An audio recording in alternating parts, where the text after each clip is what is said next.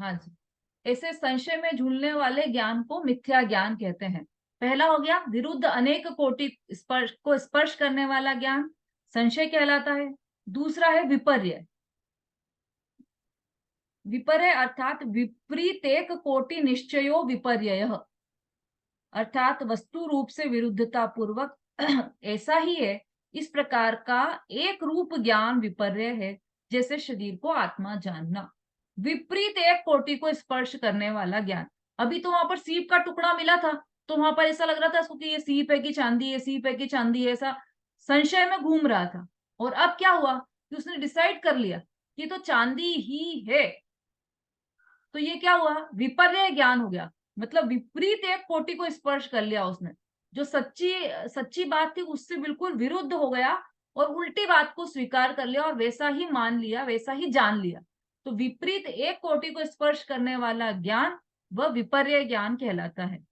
और आत्मा के संबंध में कैसा है कि हाँ पक्का से शरीर है वही आत्मा है, आत्मा कुछ अलग नहीं है, जो शरीर है वही आत्मा है, ऐसा पक्का पक्का डिसीजन हो जाना वह विपर्य ज्ञान कहलाता है। दो हो गए। कौन कौन से दो हो गए संगीता जी? संशय और विपर्य। हाँ गुड। संशय और विपर्य, ये दो दो दो मिथ्या ज्ञान की चर्चा की हमने। अब तीसरा है अनध्यवसाय। अनध्यवसाय का क्या अर्थ है? विमित्यालोचन मात्र अनध्यवसाय, अर्थात कुछ है ऐसा निर्धार रहित विचार अनध्यवसाय है, जैसे मैं कोई कुछ हूं ऐसा जानू। मतलब निर्धार रहित ज्ञान। कुछ है, अब ये सीप है कि चांदी है, आप कुछ तो है पता नहीं जो भी हो, ऐसा मतलब उसके प्रति जिज्ञासा ही नहीं होना, वो अनध्यवसाय है। हम कुछ होऊंगा, मैं या तो शरीर होऊंगा या आत्मा होऊंगा, जो भी हो क्या फर्क पड़ता है। मतलब उस तरफ उसको जिज्ञासा ही, उत्साह ही नहीं होना कि वो अपने बारे में जानकारी प्राप्त करे, वह कहलाएगा अनध्यवसाय।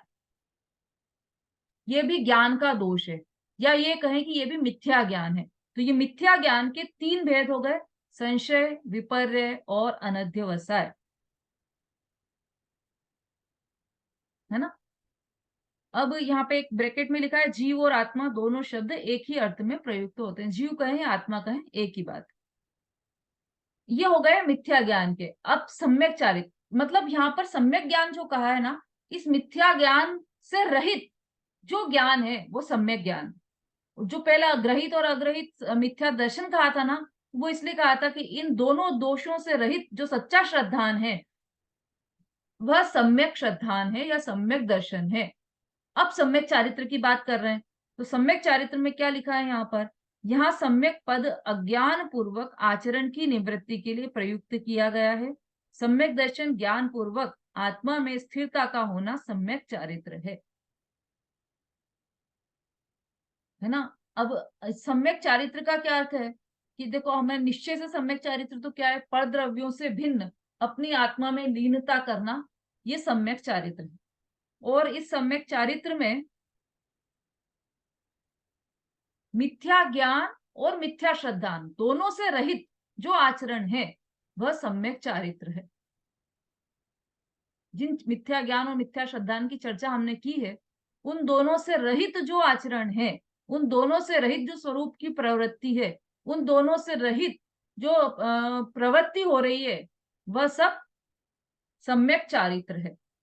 ठीक है, तो ये शॉर्ट में हमने देखा। समझ में आ रहा है सबको बराबर?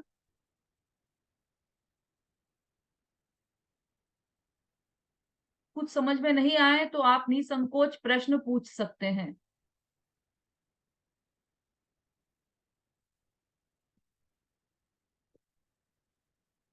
रेखा जी। जी दीदी। हाँ, किस किस की चर्चा की हमने अभी? सम्यक दर्शन, सम्यक ज्ञान, सम्यक चारित्र की। ठीक है। सम्यक।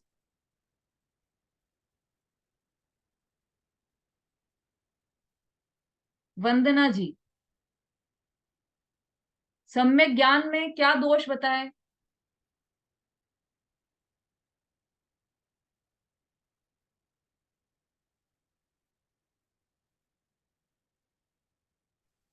दीदी नेट चला गया था अभी।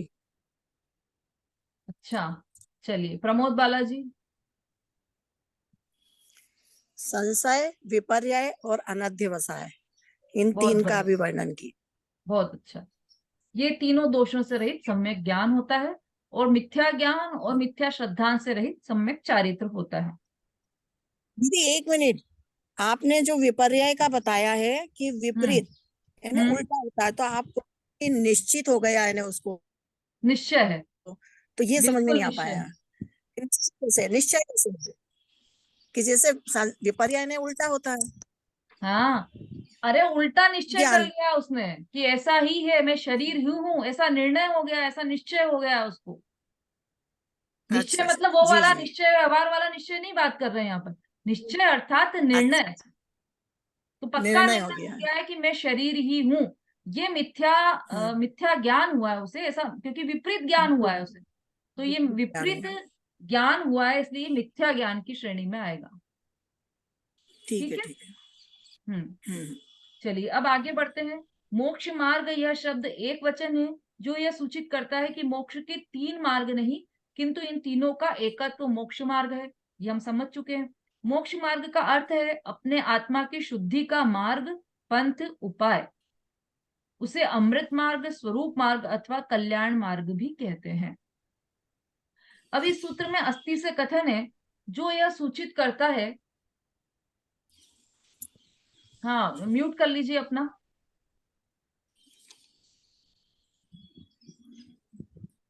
कि इससे विरुद्ध भाव, जैसे कि राग, पुण्य इत्यादि से धर्म होता है, या वे धर्म में सहायक होते हैं, इस प्रकार की मान्यता, ज्ञान और आचरण मोक्ष मार्ग नहीं है। देखो कितनी सुंदर बात की है। इस सूत्र में अस्थि से कथन किया गया है कि क्या है मोक्ष मार्ग। ये देखो, एक चर्चा ऐसी भी आई थी कि हमने अभी छड़ाला पढ़ी है ना, थोड़े दिन पहले ही छड़ाला पढ़ी। उसमें छड़ाला का प्रारंभ कैसे किया है कि जो भी आगम होता है उसमें सबसे पहले, जैसे हम डॉक्टर के पास गए, तो डॉक्टर के पास हम पहले अपना रोग बताते हैं, या फिर वो रोग का इलाज सुनते हैं अपन? पहले क्या होता है? हम्म। ये तो बहुत सरल प्रश्न है भाई, ये तो रोग। कोई भी बता सकता है। नमिता जी।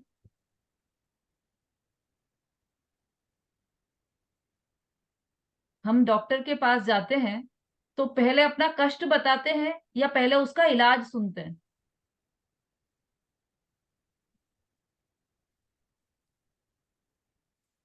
बहुत कठिन प्रश्न पूछा है क्या?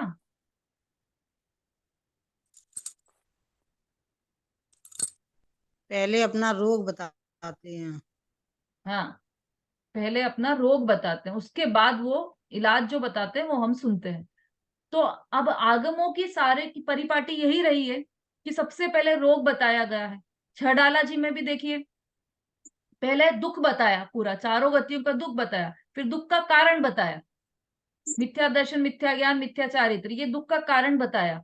उसके बाद उस दुख को दूर करने का उपाय, या कहें कि मोक्ष मार्ग क्या है, उसकी चर्चा बाद में आई, है ना। तो और भी कोई ग्रंथ जी देख लेते हैं हम, तो सब में मोक्ष मार्ग प्रकाशक है जैसे, तो उसमें भी पूरे 8 अध्याय तक तो दुख दुख दुख और दुख के कारण की ही चर्चा की गई। फिर 9वें अध्याय जी में उस दुख को दूर करने का उपाय की चर्चा प्रारंभ की है, 9वें अधिकार में जाकर। तो 8 अधिकार तक तो दुख की ही चर्चा की है, और दुख के कारण की ही चर्चा की। अब यहां पर क्या हुआ तत्वार सूत्र में, कि यहां पर तो शुरू से ही दुख को दूर करने की या मोक्ष मार्ग की चर्चा की। तो ऐसा क्यों कहा, ऐसा क्यों किया? तो जो आचार्य अकलंक देव हैं, उन्होंने जो तत्वार्थ राजवार्तिक, तत्वार्थ वार्तिक लिखा है, उसमें यही प्रश्न उठाया उन्होंने कि भाई सभी ग्रंथों में तो पहले दुख की चर्चा की जाती। तो आपने, भाई आप सत्यवंत लोग बोलने के मित्र। बाद अपना म्यूट कर लीजिए, वंदना जी। जी तो आपने ऐसा पहले क्यों किया? आपने दुख की तो चर्चा की नहीं और सीधे मोक्ष मार्ग की चर्चा प्रारंभ कर दी। तो उसका उत्तर वहां पर आचार्य अकलंक देव ने स्वयं ने ही ऐसा दिया है कि जैसे कोई बेड़ी में जकड़ा हुआ पुरुष हो, है ना, कोई जेल में बंधा हुआ, जेल में बंद है कोई, और उसको आकर कोई ऐसा कहे कि देखो तुम्हें ये दुख है, तुम्हें ये दुख है, तुम इतने बंधन में जकड़े हुए हो, तुम यहाँ से बाहर निकलना कठिन है, ऐसा कहे तो और क्या होगा, वो और ज्यादा दुखी हो जाएगी। तो इसलिए क्या करा उन्होंने कि पहले, सबसे पहले कि तुम यहाँ से निकल सकते हो, ऐसा आश्वासन दिया, ऐसी आशा की किरण दिखाई उसको कि तुम्हारे यहाँ से निकलना पॉसिबल है, ऐसा, है ना।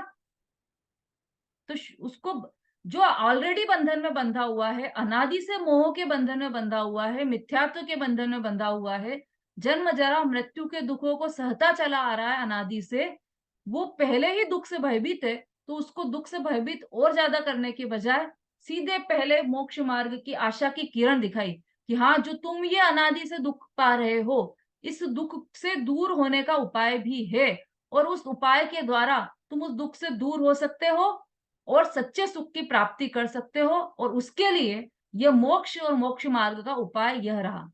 इस उपाय के द्वारा, इस मार्ग के द्वारा तुम ये दुख को दूर कर सकते हो, ऐसे आशा की किरण जगाते हुए सर्वप्रथम यहाँ पर अस्थि से कथन किया है। आचार्य उमा स्वामी ने अस्थि से कथन किया है यहाँ पर, है ना। तो क्या लिखा है यहाँ पर, सम्यक दर्शन ज्ञान चारित्राणी मोक्ष मार्ग, है ना, इसके उच्चारण क्लियर रखना आप, चारित्राणी मोक्ष मार्ग, ये ऐसा, मोक्ष मार्गा बोल दोगे तो बहुत सारे मोक्ष मार्ग हो जाएंगे। मोक्ष मार्ग, गह मतलब एक वचन का प्रयोग किया गया है, तो मोक्ष मार्ग तो एक ही है, और इन तीनों की एकता ही वह मोक्ष मार्ग है। अब इस सूत्र में अस्थि से कथन है जो ये सूचित करता है कि इससे विरुद्ध भाव, जैसे कि राग पुण्य इत्यादि से धर्म होता है, या वे धर्म में सहायक होते हैं। मतलब राग से भी धर्म नहीं होता, पुण्य से भी धर्म नहीं होता, और वो बल्कि वो धर्म में सहायक भी नहीं होते। वो स्वयं तो धर्म है ही नहीं, लेकिन मोक्ष जाने में सहायक भी नहीं है। कौन? राग और पुण्य, ये इस सूत्र में निहित है। तो इस प्रकार की मान्यता ज्ञान और आचरण मोक्ष मार्ग में नहीं है। एक बात तो ये क्लियर की। दूसरा, इस सूत्र में सम्यक दर्शन ज्ञान चारित्राणी कहा है, वह निश्चय रत्नत्रय है, व्यवहार रत्नत्रय नहीं है। इसका कारण यह है कि व्यवहार रत्नत्रय राग होने से बंध रूप है ना। व्यवहार रत्नत्रय, तो शुभ भाव को व्यवहार रत्नत्रय कहा है, अभी अपन ने देखा था ना। व्यवहार रत्नत्रय में जो सम्यक चारित्र का स्वरूप है, उसमें अशुभ से निवृत्ति और शुभ में प्रवृत्ति, ऐसा लिया है। तो शुभ में प्रवृत्ति हुई तो शुभ भाव हुआ, शुभ भाव से बंद होगा, मोक्ष नहीं होगा शुभ भाव से। यही बात यहाँ पर कह रहे हैं कि व्यवहार रत्नत्रय राग होने से बंध रूप है। ये सूत्र में समझ में आ गया। दूसरा, इस सूत्र में मोक्ष मार्ग शब्द निश्चय मोक्ष मार्ग बताने के लिए कहा है, ऐसा समझना चाहिए। अब इसमें और ज्यादा डिटेल है, वो आप स्वयं अपने आप पढ़िएगा, अपन इतना डिटेल नहीं कर पाएंगे कक्षा में। आप स्वयं भी थोड़ा थोड़ा आप स्वाध्याय करते रहेंगे तो मुझे भी इजी रहेगा आपको समझाने में, और आपको स्वयं को भी बहुत अच्छा लगेगा। तो आप अपना भी स्वाध्याय चलने दीजिए। जिनके पास ये पुस्तक है, ये जिनवाणी है रामजी भाई दोषी वाली, उसमें से आप पढ़ते रहिए।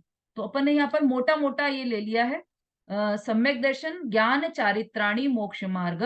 इसमें सम्यक, सम्यक शब्द का क्या अर्थ है, एक तो ये समझा सबसे पहले हमने, फिर सम्यक दर्शन का क्या अर्थ है, और दर्शन के साथ सम्यक का क्या अर्थ है, ज्ञान के साथ सम्यक का क्या अर्थ है, चारित्र के साथ सम्यक का क्या अर्थ है, ये हमने पूरी बात समझी। ये तीनों मिलकर एक एक मोक्ष मार्ग बनाते हैं, यह बात भी हमने समझी।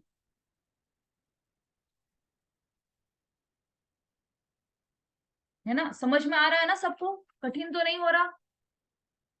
प्रयास कर रहे हैं अपन कि थोड़ा और सरल भाषा में। देखो यहाँ पर मैं बहुत सारे तत्वार सूत्र, चारों तरफ मेरी टेबल पर तत्वार सूत्र ही तत्वार सूत्र है, तो सब लेकर बैठी हूँ, और उनमें से जो मुख्य मुख्य बात है और जो थोड़ी स्थूल बात है आप सबको समझ में आ सके, वो बातों को मैं ले रही हूँ।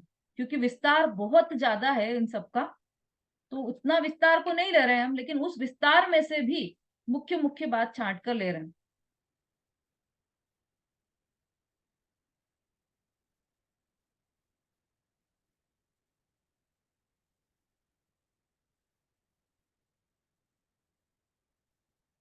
आपके पास भी जो भी पुस्तक है उसमें से आप पढ़िएगा। अब इसमें थोड़ी सी व्याकरण की भाषा आ रही है ना, तो इसलिए मैं वो नहीं ले रही हूँ। देखो इसको अगर थोड़ा सा अपन संस्कृत में अगर इंटरेस्ट हो आप तो एक एक एक शब्द में ये ले लेते हैं। दर्शन, दर्शन अर्थात पश्यन्ति इति दर्शनम, जो श्रद्धान करता है वह दर्शन है। यहाँ श्रद्धान करने वाला आत्मा है, अतः यहाँ कर्ता रूप साधन है। फिर इसमें करण साधन कौन है, भाव साधन कौन है, वो सब बताया है, वो मैं आपको नहीं बता रही हूँ। ज्ञान, जानाति इति ज्ञानम, जो जानता है वह ज्ञान है। यहाँ जानने वाला आत्मा ही है, अतः वह कर्ता रूप साधन है। इसमें भी आत्मा को ही कर्ता बताया, दर्शन में भी आत्मा को कर्ता बताया, ज्ञान में भी आत्मा को कर्ता बताया। चारित्र, चरति इति चारित्रम, जो आचरण करता है वह चारित्र है। यहाँ आचरण करने वाला आत्मा ही है, अतः वह कर्ता रूप साधन है। ऐसा तो सम्यक दर्शन, सम्यक ज्ञान और सम्यक चारित्र, इन तीनों के कर्ता कौन है? इन तीनों का कर्ता आत्मा ही है, इसके अतिरिक्त तो और कोई नहीं है।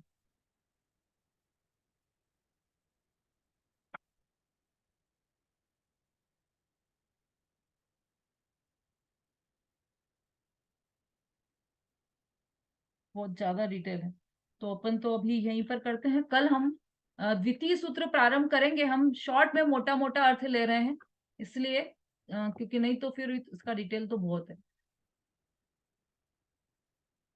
सबको समझ में आ रहा है? किसी को नहीं आ रहा हो तो हाँ वीना जी बोलिए। जय जिनी दीदी। हम्म, दीदी जैसे अभी आपने अस्थि से कथन किया ना, तो हाँ वो अस्थि से समझ में आ गया कि मतलब जो हमारे सच्चे सच्चे मार्ग पे चलना, जो सम्यक बात करना, जो सच्ची बात है, जो आत्मा है जैसी है जिस रूप की है उसी का बताना, वो अस्थि से कथन होता है। हाँ नास्ति से मतलब जो मिथ्या रखता है हाँ वो नास्ति से कहलाएगा। हाँ, इसको सरल शब्दों में बोलो आप तो पॉजिटिव और नेगेटिव। तो पॉजिटिव अस्थि से, पॉजिटिव कि क्या क्या करना है हमें वो पॉजिटिव हो गया, और क्या छोड़ना है वो नास्ति से कथन हो गया।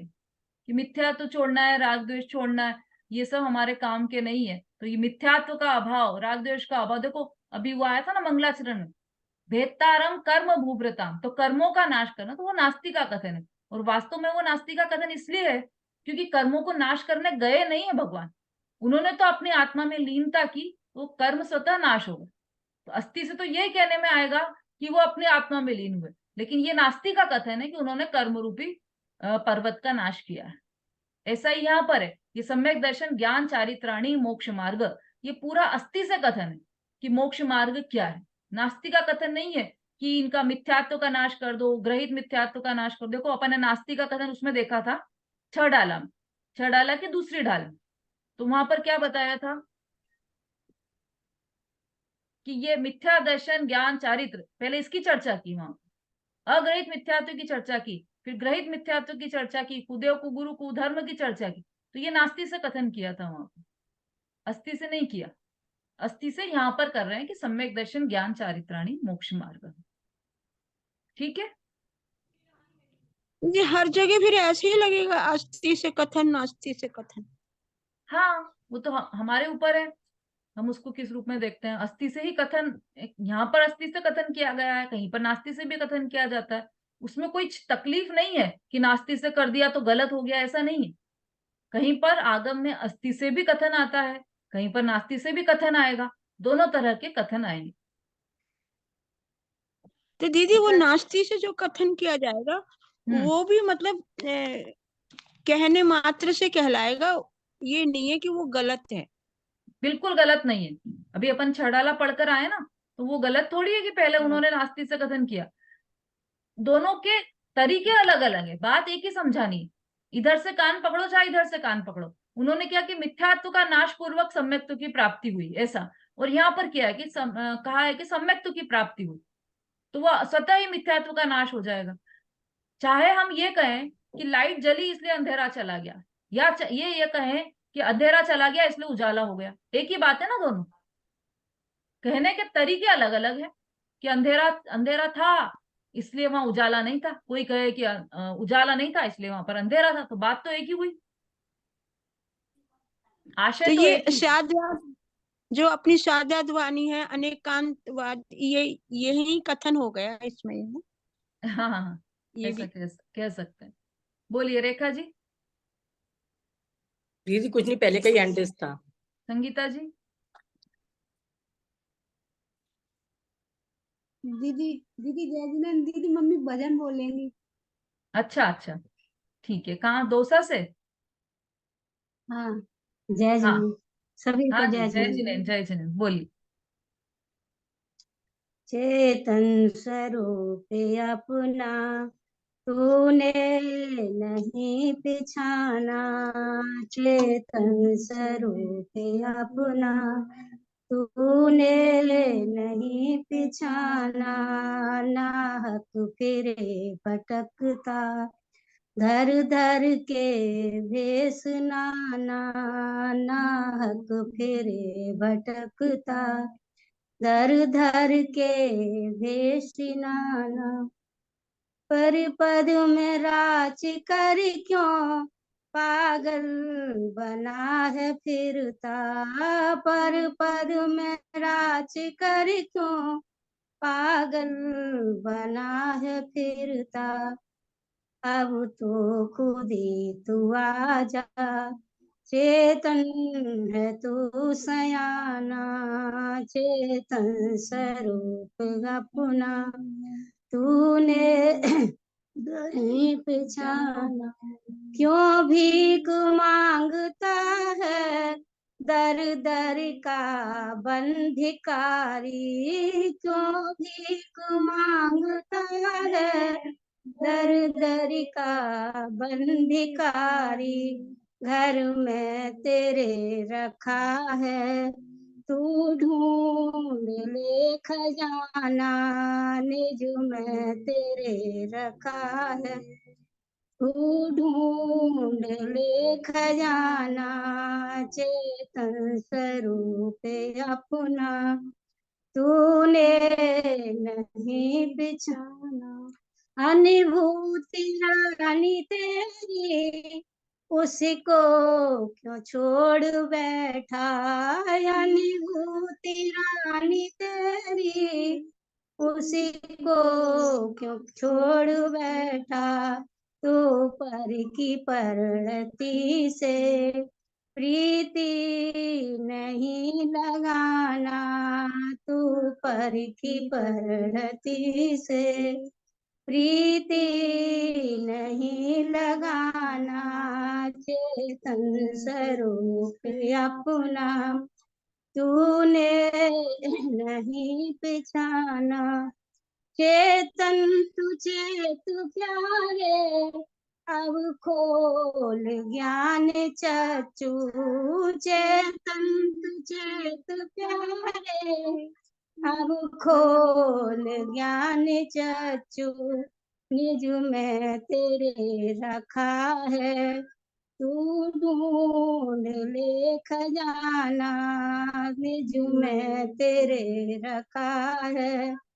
तू ढूंढ ले खजाना, चेतन स्वरूप अपना तूने नहीं बिछाना, नाहक फिरे भटकता धर धर के भेष नाना। जय जिनेन्द्र सर।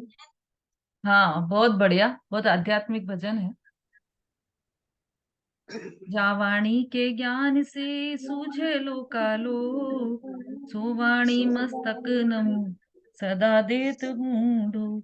बोलिए जिनवाणी माता की जय, जय हो, जय आचार्य जिनेन्द्र उमा स्वामी की जय हो, जय हो, जैन धर्म की जिनवाणी जय। माता जय जिनेन्द्र जय जिनेन्द्र।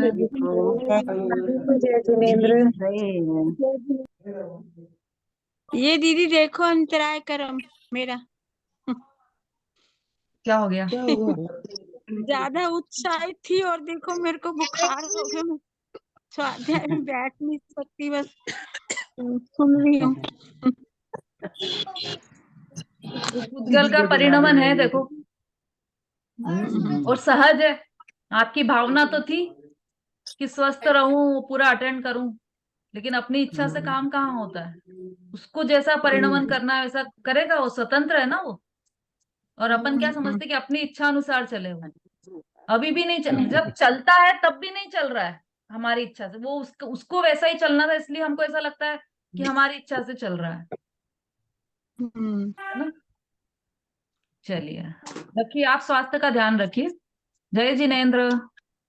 जय जिनेंद्र।